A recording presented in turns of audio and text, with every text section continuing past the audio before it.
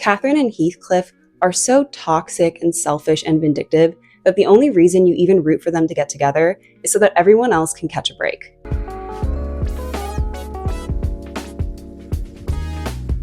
Hi there, my name is Tessa, and like a lot of people, I'm worried about Wuthering Heights, which is shaping up to be one of the most controversial releases of 2026 thanks to its steamy direction, bizarre casting, and hyper-pop soundtrack. When Wuthering Heights was first published back in 1847, contemporary critics didn't really look upon it very positively, finding issue with the supernatural elements, destructive love story, cycles of revenge, vulgar language, and social impropriety. The novel wasn't overt when it came to sex, but its emphasis on passion and desire, combined with violence and obsession, was quite scandalous for the time period, and many recent adaptations have upped the implied eroticism to highlight how 19th century readers would have perceived the story and its characters. The main character is without a doubt Heathcliff, an orphan who is adopted by the wealthy Earnshaws, and during his time with them he befriends their daughter Catherine and makes an enemy of their son Hindley.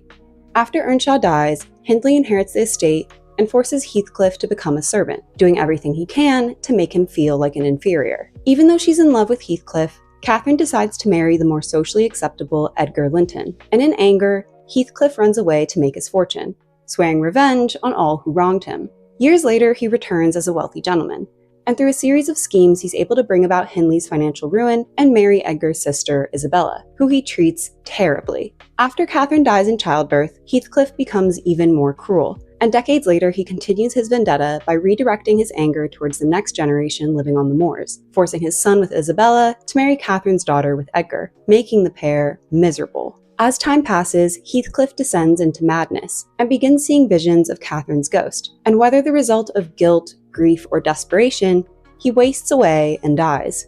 Written by Emily Bronte under a pen name, the story has since become a gothic classic, being considered along the likes of Frankenstein, Jane Eyre, Great Expectations, and The Picture of Dorian Gray. Although if I'm being honest, it isn't my favorite of the bunch.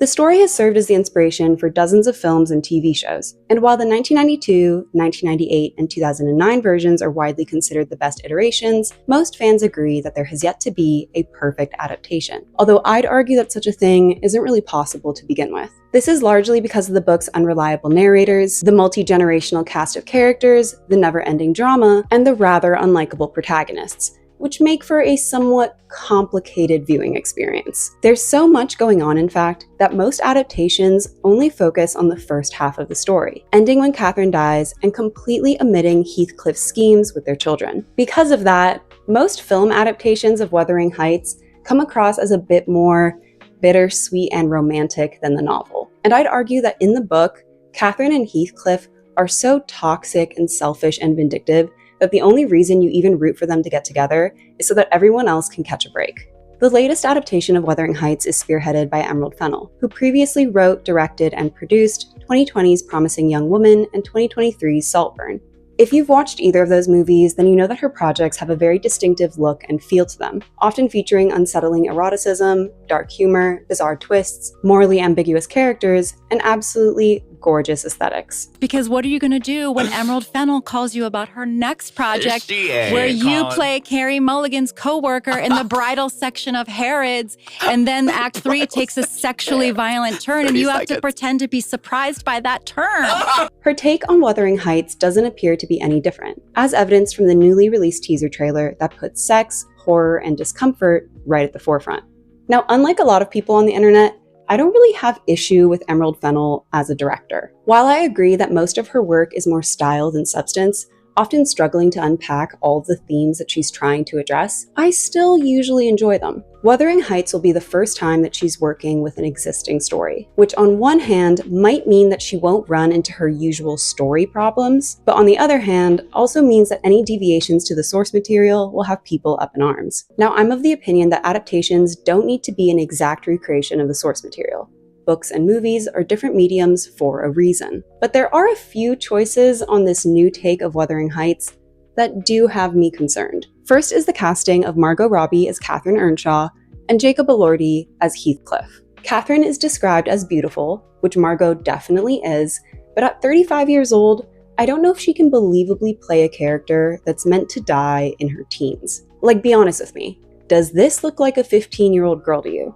At 28, Jacob Elordi is also a bit too old to be playing Heathcliff, but I can live with that considering they probably wanted to cast someone who could also play the character when he's closer to his deathbed in his late 30s. Also, it's pretty obvious that they wanted someone that the general public would find hot, probably in an attempt to make Heathcliff's less savory personality traits a little bit easier to romanticize. But the real problem with Jacob's casting is his ethnicity. In a time when there continues to be discourse regarding race bending in projects like Bridgerton, Snow White, and How to Train Your Dragon, I find it interesting that no one ever mentions Wuthering Heights, or the fact that Heathcliff is depicted by white actors over and over and over again, even though the novel makes it very clear that one of the reasons he's mistreated is because he's so visibly different. And to this day, only the 2011 version has cast a non-white actor as Heathcliff, which is just crazy. Considering Emerald Fennell is a member of the British upper class, it doesn't surprise me that her films don't bother exploring racial inequality. But in that case, maybe this wasn't the right project. Like Madame Bovary, Great Expectations, and Tess d'Urberville were right there. Like I said, I'm not a stickler for accuracy, including historical accuracy, but the costumes I have seen so far are leaving me a little bit confused. Even though the book begins in 1801, the bulk of the story is in the form of a flashback. So when Catherine and Heathcliff are running around the moors, it's actually closer to 1780. While some adaptations have gotten this right, most have moved the setting to the Regency period, giving the female characters Spencer jackets and empire waistlines. A choice no doubt inspired by the popularity of Jane Austen in the romance space. When pictures from the set of Wuthering Heights first leaked, some people theorized that Emerald Fennell was changing the setting to the 1980s, but upon closer inspection, it was pretty obvious that it was intended to be the mid-1800s, something confirmed in the teaser trailer. I don't blame people for making that mistake, considering the 1980s had a lot of Victorian inspiration, and I actually think that going in that direction